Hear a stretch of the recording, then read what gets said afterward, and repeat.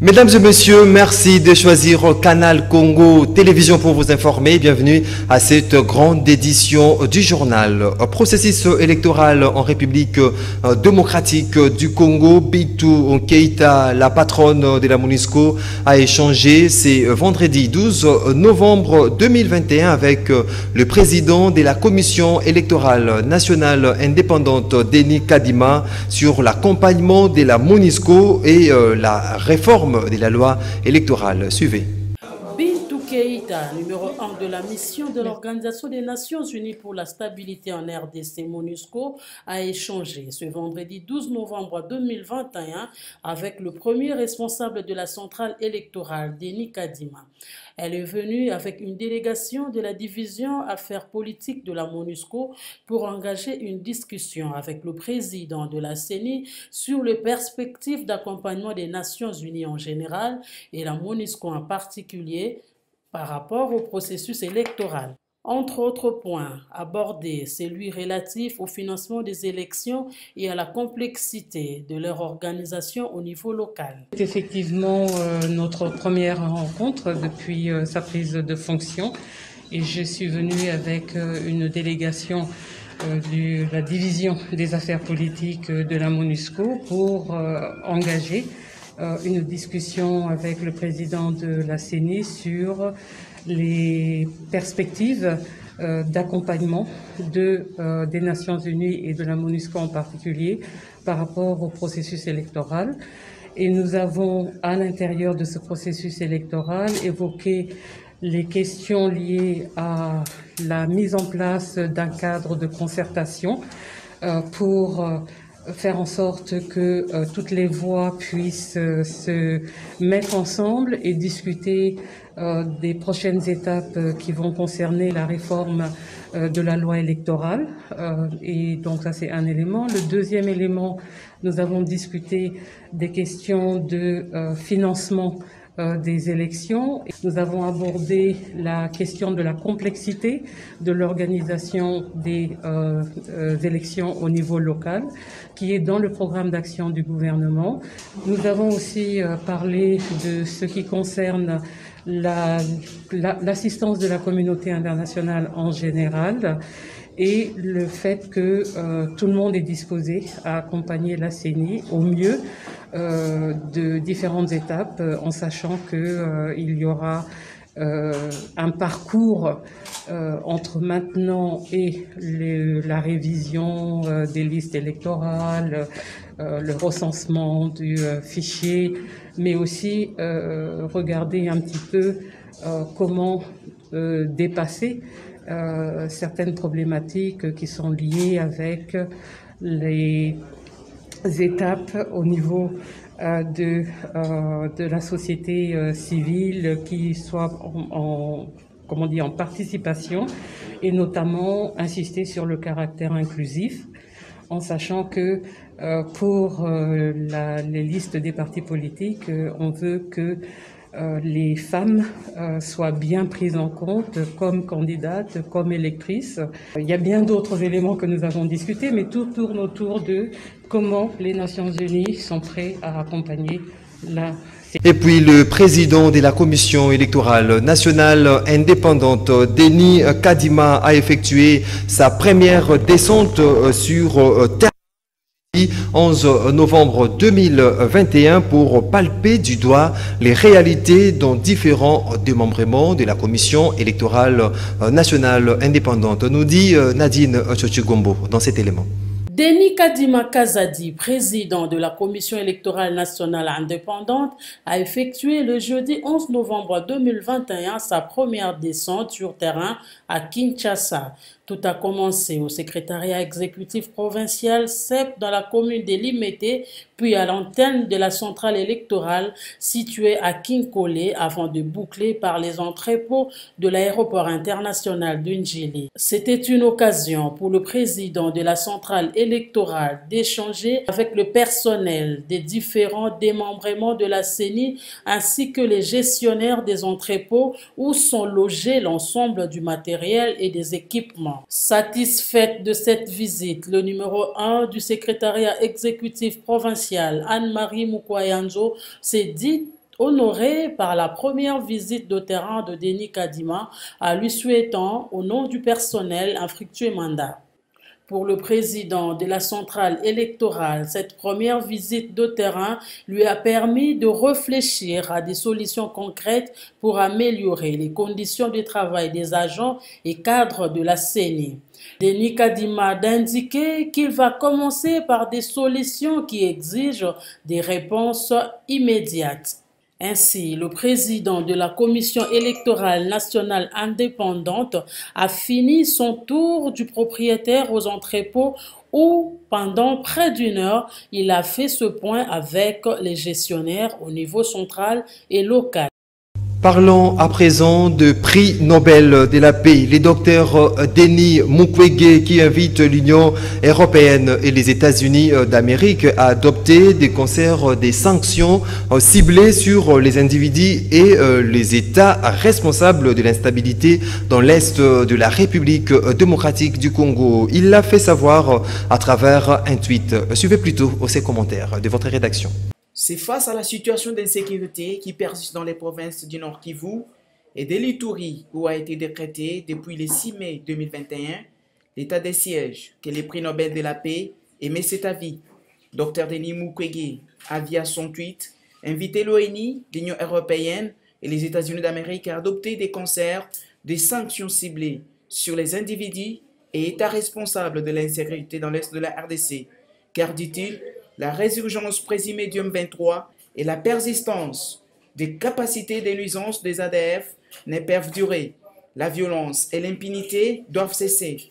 Rappelons que l'état de siège décrété dans les provinces du Nord Kivu et de l'Ituri dans l'optique de barrer la route à l'insécurité et dans sa 12e prorogation. À la société commerciale de transport et port ex-Onatra, la grève appartient désormais au passé. Le ministre du Transport, Voies des Communications et Désenclavement, Chéribin Okende, a résolu le problème à Matadi et Boma. Nancy Ileka pour cet élément. Il était 10h20 lorsque le Falcon transportant le ministre des Transports, Voies de Communication et de Désenclavement a atterri sur la piste de l'aérodrome de Chimpi à Matadi. Au pied de l'avion pour l'accueillir, un comité restreint composé notamment du ministre provincial des Transports représentant le gouverneur Aï, les directeurs généraux de la SCTP et de l'OEBK et les chefs de division des transports de la province du Congo central. Au port de Matadi, où il était attendu avec impatience par les agents, Chérubin Okende a été accueilli avec pompe par ces hommes et ces femmes qui ont touché du coup 2 mois d'un salaire qu'ils attendaient depuis des lustres. Face à plusieurs centaines d'agents de l'ex-Onatra, le ministre des Transports a pris la parole en langue locale. Chérubin Okende, qui appelait les agents à la reprise du travail, les a également exhortés à la vigilance dans leur milieu de travail. Toutes les dispositions sont prises avec le comité directeur pour que chaque 25 du mois, ces agents puissent toucher leur salaire. Elike asika elingi koloba que bino na mokonzi ya mboka na biso nyonso bato na gouvernement totala direction moko. Lotomo yali to yeba ndenge nini ko matérialiser vœu ya président de la République o yali bongo serment ya koloba le peuple d'abord. Kasi le peuple d'abord ekotika la slogan ya pamba soki tozali na ba entreprise bato baali kofuta mate awa ayokaki que na SCTP ex-Onatra et comme il koleka à peu près 30 mois ya arriéré de salaire a ebisi premier ministre a ebisi pengai lokola ndenge nini moto akoki ko vivre na liboto ya ye soki esali 30 mois azwaka lifuto ya ye te. Ce n'est pas possible et sengeli botala likamboy yango wana tango nasololaki na bandeko na Kisasa nayebisaki bango mokonzi ya mboka atindinga premier ministre apesi mokakoswa esengeli tosolola totala ndenge nini tooki kosukisa likambo ya pasi. C'est sous les ovations des agents convaincus par son message que Chérubin Okende a quitté les installations de la SCTP. C'est sous le coup de 14 heures que le ministre des Transports a repris son avion pour l'autre ville portuaire Boma. Chérubin Okende, qui était accompagné du directeur général et du président du conseil d'administration de la SCTP, a devant les agents presque guéris après le paiement de 2 mois de salaire, transmis un message d'espoir. Ayant accompli sa mission, le ministre des Transports, Voies des Communications et des Désenclavements a aussitôt repris son avion pour Kinshasa. L'humanité tout entière a célébré ce vendredi 12 novembre 2021 la journée mondiale de lutte contre la pneumonie, étant donné la menace de la 4e vague de la Covid-19 pèse en République démocratique du Congo. Le ministre de la Santé publique, Hygiène et Prévention, le docteur Mbungani, recommande la mise en place d'une task force sur la question oxygène médical en RDC. Suivez. Halte à la pneumonie, chaque souffle compte. Tel est le thème autour duquel l'humanité a célébré ce vendredi 12 novembre 2021 la 3e journée mondiale de lutte contre la pneumonie. À Kinshasa, la capitale de la RDC, la journée a été marquée par la tenue d'un forum scientifique organisé sous les hauts patronages du ministre de la Santé publique, Hygiène et Prévention à l'hôtel Memling. Une activité qui a connu la participation de plusieurs partenaires techniques et financiers du ministère de la Santé publique, Hygiène et Prévention. Dans son mot des circonstances, le ministre de la Santé, Jean-Jacques Mbungani, a d'abord tenu à rappeler à l'auditoire que la situation de la pneumonie resterait préoccupante en République démocratique du Congo. D'après lui, les estimations scientifiques démontrent que la pneumonie tue chaque année près de 40 000 enfants de moins de 5 ans, soit près de 5 enfants par heure. De plus, souligne-t-il, l'on estime le taux de mortalité imputable à la pneumonie à 11 décès pour 1000 naissances vivantes. Or, à ces rythmes, le seuil mondial de 3 décès pour 1000 naissances vivantes ciblées pour 2025 ne pourrait être atteint par la RDC qu'après 2050, soit 25 ans plus tard. Je tiens à vous rappeler que la situation de la pneumonie est préoccupante. Selon les estimations scientifiques, la pneumonie tue chaque année près de 40 000 enfants de moins de 5 ans, soit près de 5 enfants par heure. De plus, l'on estime le taux de mortalité imputable à la pneumonie à 11 décès pour 1000 naissances vivantes. Or, à ce rythme, le seuil mondial de 3 décès pour 1000 naissances vivantes ciblé pour 2025 ne pourrait être atteint par la RDC qu'après 2050, soit 25 ans plus tard. Bien que des progrès substantiels sont accomplis dans la réduction de la prévalence de la pneumonie qui est passée de 7% de 2013 à 2014 à 3,4% en 2018, les couvertures actuelles en intervention de lutte contre la pneumonie, entre autres l'allaitement maternel exclusif, la vaccination, la nutrition adéquate, la bonne hygiène et le recours à des traitements simples et efficaces, affichent par contre des proportions inquiétantes qui suscite des réflexions. Ainsi, les forums scientifiques ouverts ces jours permettent aux scientifiques de réfléchir notamment sur les problèmes multisectoriels, l'oxygène médical en RDC, le partenariat et les plaidoyers pour une réponse holistique. Il convient de noter que le ministère de la Santé publique, Hygiène et Prévention dispose d'un programme national de lutte contre les infections respiratoires aiguës, un programme qui s'est investi dans l'organisation de cette journée. Et puis sachez en plus bref que dans la province du Maniema, le gouverneur ad interim Afani Idrissa Mangala a officiellement déclaré ce vendredi 12 novembre 2021 l'épidémie de la rougeole dans sa province. Déjà plus de 450 cas ont été notifiés depuis le début de l'année 2021. La déclaration du gouverneur du Maniema intervient en effet après confirmation des échantillons envoyés à l'Institut national de recherche biomédicale INRB sur les échantillons prélevés dans l'aire de santé de Bikenge au cours de la 12e semaine. L'épidémie a été confirmée. Nous y reviendrons. La marche projetée à Kinshasa par les forces sociales et politiques, on en parle dans ces journaux après une rencontre avec le gouverneur de la ville de Kinshasa, Jantini Ngobila Mbaka, ce vendredi 12 novembre 2021. La marche a été autorisée après être mis d'accord sur différents itinéraires à prendre. Nadine Chochigumbu. La marche appelée par le ministère des laïcs protestants et les conseils de l'apostolat des laïcs catholiques du Congo avec les quelques forces politiques et sociales, notamment la Mouka et le Front commun ce samedi 13 novembre, est autorisée par l'hôtel des villes de Kinshasa, ce après une réunion tenue ce vendredi entre le gouverneur Jantini Ngobila et les organisateurs qui se sont mis d'accord sur les différents itinéraires à prendre.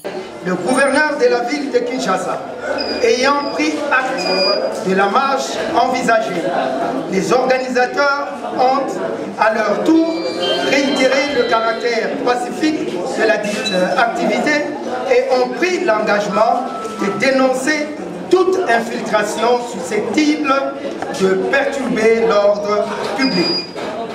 À l'issue des échanges, les partis ont convenu des itinéraires suivants. Lemba Terminus, avenue Kianza, Université, Stade Tata Raphaël, comme point de chute. Deuxième itinéraire, marché Selembao, avenue de la Libération, avenue Kasavubu, Stade Tata Raphaël comme point de chute. Place comme troisième itinéraire, place Sakombi, avenue Kasavubu et Stade Tata Raphaël comme point de chute. Au point de chute, une délégation composée d'au moins 10 personnes sera chargée de déposer un mémorandum acquis de droit. Quelques politiques présents à cette rencontre, à l'instar de ce cadre de l'Amouka, se sont exprimés en ces termes. Demain, nous serons dans la rue et nous nous sommes mis d'accord sur les itinéraires à prendre avec l'autorité urbaine parce que nous sommes dans un régime de prise d'acte. Il appartenait au gouverneur de prendre acte et il a pris acte de la marche. Donc, le message que nous pouvons lancer aux Kinoises et Kinoises, tout comme à toutes les Congolaises et Congolais, c'est de participer massivement à cette marche pour que nous puissions avoir une CENI dépolitisée. Et puis cette réaction du député national Papi Kalend au sujet de l'examen de projet de loi de finances rectificative et reddition des comptes, s'est élu Lualaba dans les territoires de Mouchala s'est dit être de ceux qui ont voulu que le projet de loi soit rejeté car rien n'a été amélioré dans les contenus. Il est au micro de Blonde Mabungu.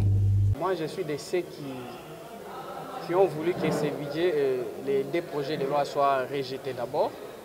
Pourquoi, vous savez, lorsque vous voyez le contenu de ce qui est dans les projets de loi, vous allez sentir que rien n'a été amélioré.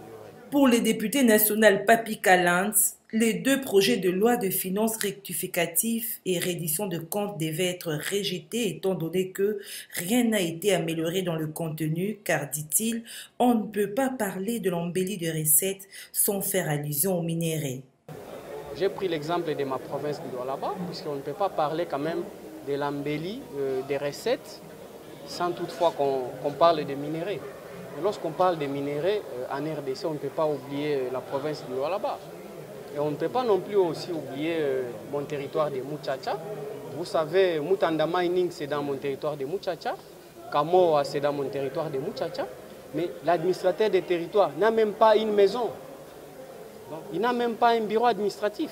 Nous n'avons pas de routes. La semaine passée, il y a eu un accident de circulation parce que les gens ont voulu monter au-dessus des trains pour arriver à Muchacha. Kolosi-Muchacha, c'est moins de 200 km. Donc, je suis de ceux qui veulent qu'il y ait un changement, mais on ne peut pas quand même commencer à nous ramener les mêmes histoires. On change seulement la copie du projet de budget, mais ce qui est dans l'intérêt, c'est ce qu'on a toujours entendu, c'est ce qu'on nous a toujours donné. Et voilà. J'ai aussi soulevé le problème des fonds miniers pour les générations futures. Vous savez, c'est 10% des recettes dans le secteur des mines. C'est beaucoup d'argent en termes de millions. Mais depuis que le code minier a été déjà réaménagé, mais qu'est-ce que nous avons? Qu'est-ce qu'on a dans cette caisse-là comme fonds minier pour les générations futures? C'était un peu ça mon intervention. Vraiment, ça choque quand nous voyons ce qui sort du Lualaba, ce qui sort du Haut-Katanga, ce qui sort du Nord Kivu en termes de produits miniers, mais que la population est pauvre. Vraiment, c'est très choquant. Si ce sont les députés qui doivent construire les hôpitaux, les députés qui doivent construire des écoles, c'est vraiment trop triste pour la RDC. Ouverture jeudi 11 novembre 2021 de l'atelier sur la dissémination de l'étude sur la pauvreté et la privation de l'enfant, une activité rendue possible grâce à l'appui de l'UNICEF. Cette étude a démontré qu'un grand nombre d'enfants vivant à Kinshasa sont victimes de la pauvreté et de la privation. Nancy Leka nous en parle dans ses reportages. L'atelier de dissémination des résultats de l'étude sur la pauvreté et la privation de l'enfant en RDC, organisé par le ministère du Plan avec l'appui de l'UNICEF, ouvert ce jeudi 11 novembre à Pullman Hotel, vise à réduire le taux élevé du pourcentage d'enfants âgés de 0 à 17 ans vivant dans la pauvreté multidimensionnelle de 74,6% à 37,3% d'ici 2030. La ville de Kinshasa bat le record en ce domaine avec un plus grand nombre d'enfants qui subissent les privations. Selon les résultats de l'enquête mixte RDC concernant les enfants de 0 à 3 mois, sachez que 72,2% sont privés du droit à la protection, 82,3% n'ont pas accès à la santé, 41,4% sont privés de l'information, 59,6% n'ont pas accès à l'eau et 27,7% sont privés de logement. Edouard Begbeder, représentant de l'UNICEF RDC. Je voudrais avant tout propos remercier son Excellence le ministre d'État, ministre du Plan, son secrétaire général et tous les membres du comité de pilotage pour leur engagement sans faille qui a permis de produire ce rapport de qualité. Les enfants, comme vous le savez, représentent plus de la moitié de la population du pays. Ceci démontre l'importance que représentent les enfants dans l'atteinte des objectifs de développement humain et durable. Christian Mwandonsimba, ministre d'État du Plan, qui a lancé officiellement les travaux de cet atelier. L'étude qui a fait l'objet de la présentation de ce jour fournira au gouvernement et à tous les acteurs de développement des informations descriptives et analytiques sur l'ampleur, mais aussi la dynamique de la pauvreté multidimensionnelle qui touche les enfants en RDC.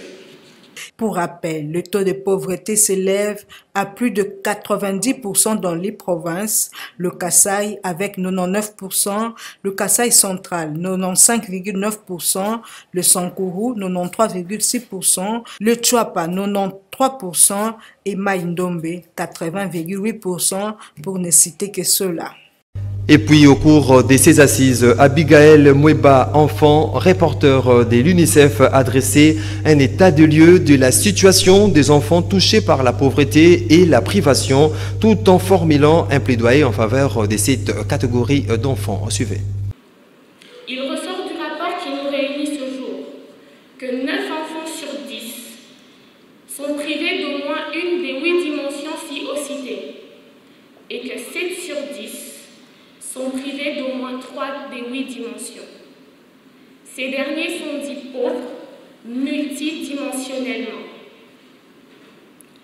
Excellences, Monsieur, Mesdames les ministres, Mesdames et Messieurs, comment ne pas être choqué à la prise de connaissance de tels chiffres?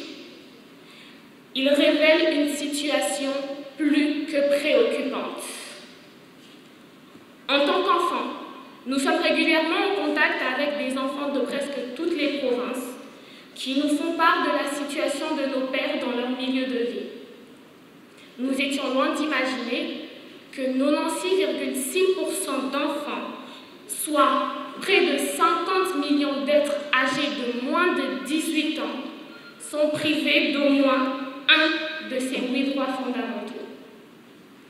Pouvez-vous un seul instant imaginer la vie d'un enfant qui est à la fois privé des droits à l'éducation, à la santé et à la nutrition? C'est une vie insupportable, particulièrement à cette période de pandémie de Covid-19. Et aucun parent ici ne voudrait d'une telle vie pour son enfant. L'étude de la pauvreté des enfants montre que la Covid-19 a accentué les difficultés et les disparités existantes. Par exemple, celles entre les enfants vivant en milieu urbain et ceux vivant en milieu rural. Il y a également des disparités entre filles et garçons en matière d'éducation. Les jeunes filles ont un taux de privation de 37% contre 31% pour les garçons. Le premier objectif du développement durable est d'éliminer la pauvreté sous toutes ses formes et partout dans le monde. Pour l'atteindre, il faut que notre pays redouble d'efforts dans chacune des 8 dimensions. Voilà pourquoi nous vous recommandons de mettre en place la couverture sanitaire afin que chaque enfant, sans discrimination aucune, ait accès à des soins de santé. La note circulaire du gouverneur de la ville de Kinshasa, Gentini Ngobila Mbaka, fixant les frais scolaires pour les cycles maternels et secondaires à 300 000 francs congolais et 600 000 francs congolais les maximums, est diversement commenté par les parents à Kinshasa. Émile Mouyaya et Moro Njambe les ont entendus, les micros. Suivez. Personnellement, nous étions déjà emballés dans la gratuité de l'enseignement.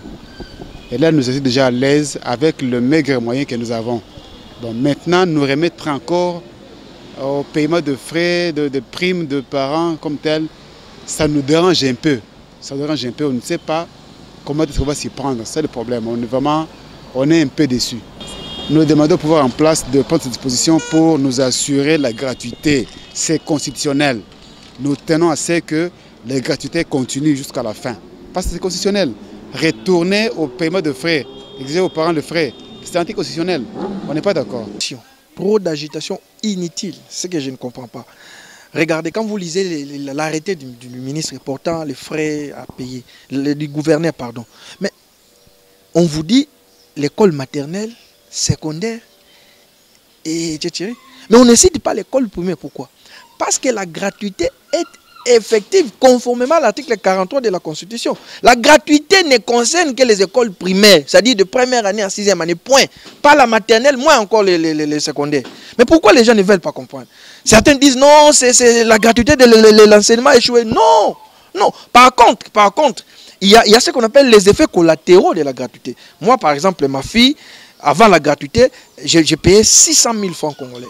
Maintenant, avec la gratuité, comme elle était déjà en 3e année des humanités, avec la gratuité, j'ai payé 50 000 francs. Pourquoi? Parce que l'État payait déjà, l'État va commencer à payer les professeurs, et puis les enseignants, pardon, et puis vous avez aussi comment je dis, l'État va donner les frais de fonctionnement. Mais maintenant, à ce niveau, il y avait un problème. Certains professeurs, certains chefs d'école ne se retrouvaient pas. On dit, puisque la gratuité ne concerne que l'école primaire, est-ce qu'il n'y a pas moyen que l'État puisse nous donner, nous ouvrir une brèche, que les parents puissent payer pour leurs élèves des humanités? Ce qui n'est pas mauvais, ce qui est normal. Mais pourquoi il y a trop d'agitation? Voilà qui met fin à cette grande édition du journal. Mesdames et messieurs, merci à vous de l'avoir suivi.